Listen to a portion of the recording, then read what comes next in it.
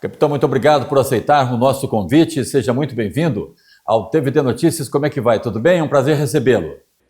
O prazer é todo nosso. Muito obrigado pelo espaço, por nos permitir falarmos sobre os trabalhos e as ações que a Defesa Civil desenvolve para proteger as pessoas em São Paulo. Capitão, como é que funciona todo o sistema de monitoramento da Defesa Civil e o que é analisado antes da emissão de um alerta à população? Explica para nós. A Defesa Civil do Estado possui um centro de excelência, um centro de monitoramento de emergências, que é também um centro de monitoramento meteorológico. A gente conta com uma rede robusta de softwares e também de sensores espalhados pelo Estado, juntamente com radares meteorológicos, que fornecem informações e dados para que os nossos meteorologistas possam manter um monitoramento constante de tudo o que está acontecendo no Estado.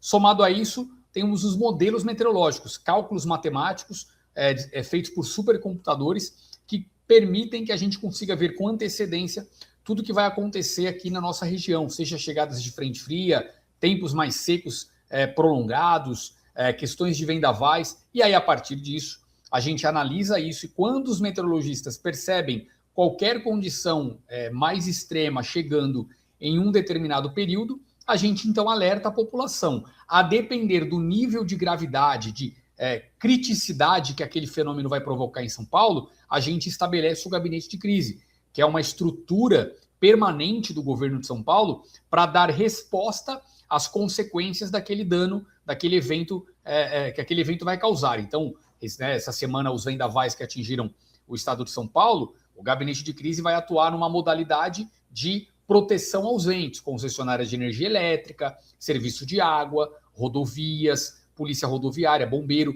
Quando é uma ameaça voltada para incêndio, por exemplo, aí a gente traz aqui fundação florestal, para só polícia ambiental. Então, a cada tipo de ameaça, a gente faz uma modelagem da nossa estrutura de gabinete de proteção às pessoas. E durante a passagem daquele fenômeno, seja vento, seja chuva, seja frente fria, a gente vai usando o sistema de alerta por celular e vai enviando as mensagens emergenciais para as pessoas, porque ao receber a mensagem, o cidadão sabe que daqui 20 minutos, 15 minutos, vai ter algo grave ali onde ele está, e aí ele tem tempo suficiente para se proteger. Então, gostaria que o senhor esclarecesse para nós também como que a Defesa Civil define os diferentes níveis de alerta e o que cada um deles representa, por gentileza. Bem, quando a gente está diante de uma ameaça local que vai afetar um determinado bairro ou uma determinada área, a gente usa o sistema de alerta por SMS, que é o 40199. Então, as pessoas que são cadastradas vão lá e recebem aquela mensagem. Agora, quando a gente está falando de um fenômeno maior, mais grave, que vai trazer uma severidade maior, vai provocar estragos muito maiores naquela região, ou ele vai passar destruindo uma grande área, um tornado, por exemplo, como foi no Rio Grande do Sul, aqui em São Paulo, no Ribeirão Preto, que mais de 7 cidades foram afetadas pelo mesmo fenômeno. Aí, nesse caso, a gente usa o sistema Cell Broadcast, que é uma ferramenta nova que veio agora em 2024, e essa ferramenta permite mandar alerta para todos os celulares de uma grande região, independentemente da pessoa ser cadastrada ou não. Então, a gente faz essa análise, toma uma decisão rápida e, com isso, decide qual ferramenta vai usar para alertar o cidadão. Capitão, então quer dizer que o celular ele se torna, né, uma ferramenta bastante importante aí para orientar a população, então, no caso aí dos eventos climáticos, não é? Não, hoje o celular ele não é só meio de entretenimento, por exemplo, né? Se tornou uma ferramenta de trabalho para muitas pessoas e também se tornou uma importante ferramenta para o sistema de defesa civil, porque por meio dele a gente consegue chegar até as pessoas, praticamente todo mundo, né, tem um celular hoje, é muito difícil encontrar alguém que não tenha um aparelho celular, e ainda que a pessoa não tenha, mas alguém ali perto dela provavelmente terá, né, um familiar, alguém que está ao lado da pessoa, e aí ela vai inevitavelmente também ser avisada. Então hoje o celular virou uma ferramenta fundamental para a gente alertar as pessoas, muito semelhante ao que aconteceu na Copa do Mundo agora, em que jogos foram suspensos momentaneamente em virtude de ameaças de vendavais, de chuvas fortes. É o mesmo mecanismo, você alerta faltando alguns minutos, as pessoas se protegem, quando passa o fenômeno você libera, as pessoas voltam às suas atividades. Ok. O capitão, gostaria que o senhor comentasse também, depois que o alerta é emitido pelo Estado, como é que funciona a comunicação com os municípios e quais são as responsabilidades das prefeituras nesse momento?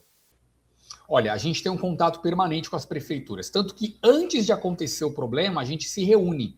Na terça-feira dessa semana, por exemplo, a gente fez uma reunião com as prefeituras para avisar que ia ter um fenômeno climático em São Paulo, justamente para que eles se preparassem, né? Então, questão de escola, de aula, eventos públicos, shows, festas, tudo isso a prefeitura tem que revisar, repensar diante daquilo que o Estado, que a Defesa Civil Estadual está observando e alertando. Então a gente já mantém esse diálogo constante. Depois do fenômeno, a gente faz um diálogo com as prefeituras para entender o que aconteceu. Então, por exemplo, Peruíbe foi assolada ali com ventos, Itanhaém, Mongaguá, Santos, recentemente, né, nesses últimos ventos.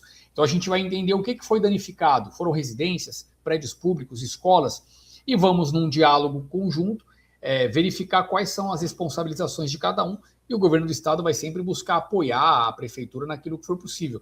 Mas é claro que a gente sempre tem buscado orientar a prefeitura para que se prepare cada vez mais. A gente está enfrentando mudanças climáticas cada vez mais severas, então é importante que os prefeitos e prefeitas se estruturem localmente para estarem mais preparados. Então, revisem, né, seus planos diretores, criem planos de adaptação climática, revisem os seus planos de contingência. E para tudo isso, o Estado assessora.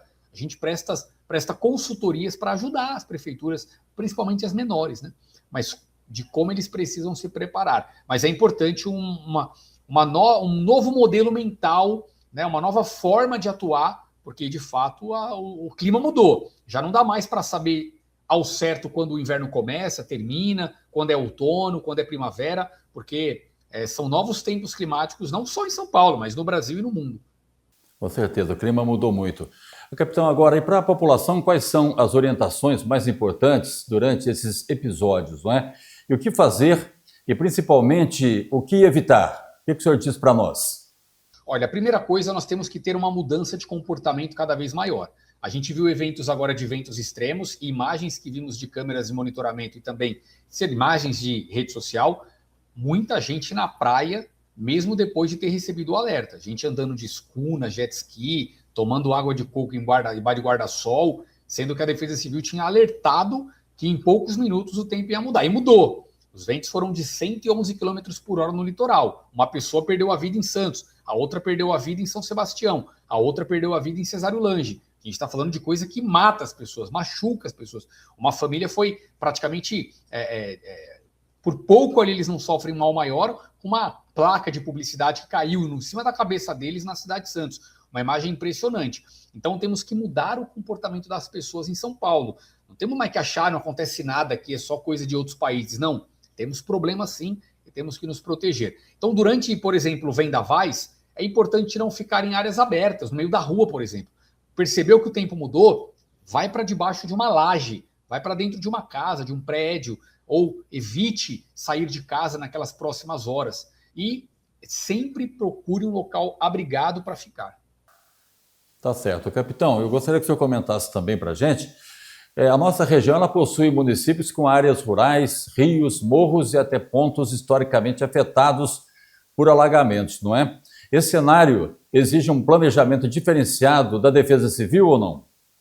Claro que exige, e nós aqui em São Paulo mapeamos essas áreas. Nós temos hoje cerca de 420 cidades aproximadamente de São Paulo que já possuem um mapeamento de risco das suas áreas, né? Onde a gente consegue entender qual área ali tem um setor para risco hidrológico, que é um risco de alagamento, transbordamento de rios e córregos, qual área tem risco para deslizamentos de terra. E a partir desses estudos, aí ações precisam ser realizadas. Identificamos que um bairro tem risco para alagamento, para enchentes. Então aí a prefeitura, em conjunto com os governos estaduais e o governo federal, governo estadual e federal, vão traçar estratégias para mitigar esses danos, esses riscos. Então, construção de infraestruturas como piscinão, macro drenagem de rio, muitas vezes planos de contingência mais elaborados. Nós fazemos aqui em São Paulo treinamentos e simulados com essas pessoas para elas saberem como evacuar, como abandonar emergencialmente uma área, uma região. Então, ações são feitas e precisam cada vez serem mais aprimoradas para protegermos a nossa população. Capitão, a previsão do tempo para esses próximos dias aí, o que o senhor pode falar para a gente? Como é que deve ficar o tempo para os próximos dias, principalmente aqui na região de Mococa, essa região aqui de São João da Boa Vista, Ribeirão Preto? Veja como são as coisas, né? A gente acabou de passar por um evento extremo de ventos em Ribeirão Preto, né? Ventos de 160 km por hora, choveu também na região. Agora no litoral, na região de Itapeva, ventos e chuva, a Grande São Paulo também. E agora a gente vai vir para um desafio climático de seca. Nós vamos ficar aí pelo menos uns 5, 6 dias sem chover em São Paulo. O nosso mapa de risco de incêndio, que é um software que a gente tem, que ele aponta quais os riscos para os incêndios em São Paulo, já está apontando o risco de emergência para a região da Serra da Paulista, para a região de Ribeirão Preto, Franca, para os próximos dias, porque vai ficar seco, não vai chover até pelo menos quarta-feira que vem, e aí aumentam as chances dos incêndios florestais. Então, para os próximos dias, o cenário é de calor, de aumento de temperatura, de diminuição da umidade do ar, então precisamos ter cuidados com a hidratação, beber bastante água, evitar a insolação. É um veranico dentro do inverno, porque era para estar frio, mas não está. Então a gente vai passar aí por dias quentes até pelo menos o final da semana que vem. Capitão, e aí é o seguinte, a gente fica aqui pensando, né, dos incêndios, das queimadas, como o senhor destacou e muito bem agora, a responsabilidade é de todos nós quando a gente fala de meio ambiente, né, das autoridades, mas também das pessoas, da população, para não atear fogo em matas, em terrenos, em lugares que estejam assim com mato muito seco, não é verdade? A responsabilidade é de cada um de nós, não é? A responsabilidade é de todo mundo, né? Então a gente citou aqui a Serra da Paulista, a região mogiana, onde vocês estão localizados, é uma região que sempre sofre com incêndios, né? Os produtores rurais sofrem, a população sofre, incêndio ele gera interrupção da energia. Como assim, Maxwell? O fogo pega a linha de transmissão, cai os fios, fica um bairro, uma cidade inteira sem luz. Sem falar nos problemas para a saúde pública, né? Para o ar, para as crianças, os idosos sentem muito. Então a gente precisa ter uma responsabilidade conjunta. Tem um estudo do meio ambiente de São Paulo, lá de 2023. Esse estudo diz que cada 10 incêndios, 9 são provocados por ação humana. Ou seja, alguém foi lá e ateou fogo, seja de forma criminosa ou não.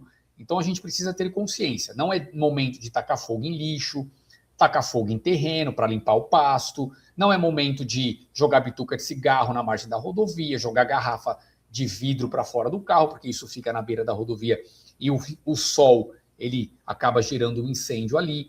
Então é momento de consciência ambiental. E quem presenciar tem que denunciar. Você conhece alguém que taca fogo, você que viu alguém ateando fogo criminoso, ligue para o Disque Denúncia número 181 ou para a Polícia Militar pelo número 190, denuncie, porque aí a gente encaminha uma viatura da Polícia Ambiental, da Polícia Militar, para averiguar essa situação. E a denúncia é anônima, não precisa nem se identificar, não. Pode denunciar de forma anônima. E é importante beber água, principalmente criança e idoso, que acaba não lembrando de beber água, e hidratar, umidificar o ambiente em casa. Ah, mas eu não tenho aquele aparelhinho, capitão. Não tem problema. Coloca uma bacia, um baldinho com água no quarto, põe uma toalhinha úmida molhada nas portas, nas janelas, que isso ajuda a equilibrar. Quem sofre de problema respiratório sabe do que eu estou falando. Rinite, bronquite, essa hora aumenta muito as doenças, os hospitais sobrecarregam, então temos que buscar meios de minimizar os impactos do tempo seco. Tá certo. Capitão, muito obrigado pela sua participação e pelas informações aqui no TVT Notícias. Muito obrigado. Um grande abraço, um excelente fim de semana a todos. Contem sempre com a Defesa Civil. Tá certo. Muito obrigado mais uma vez.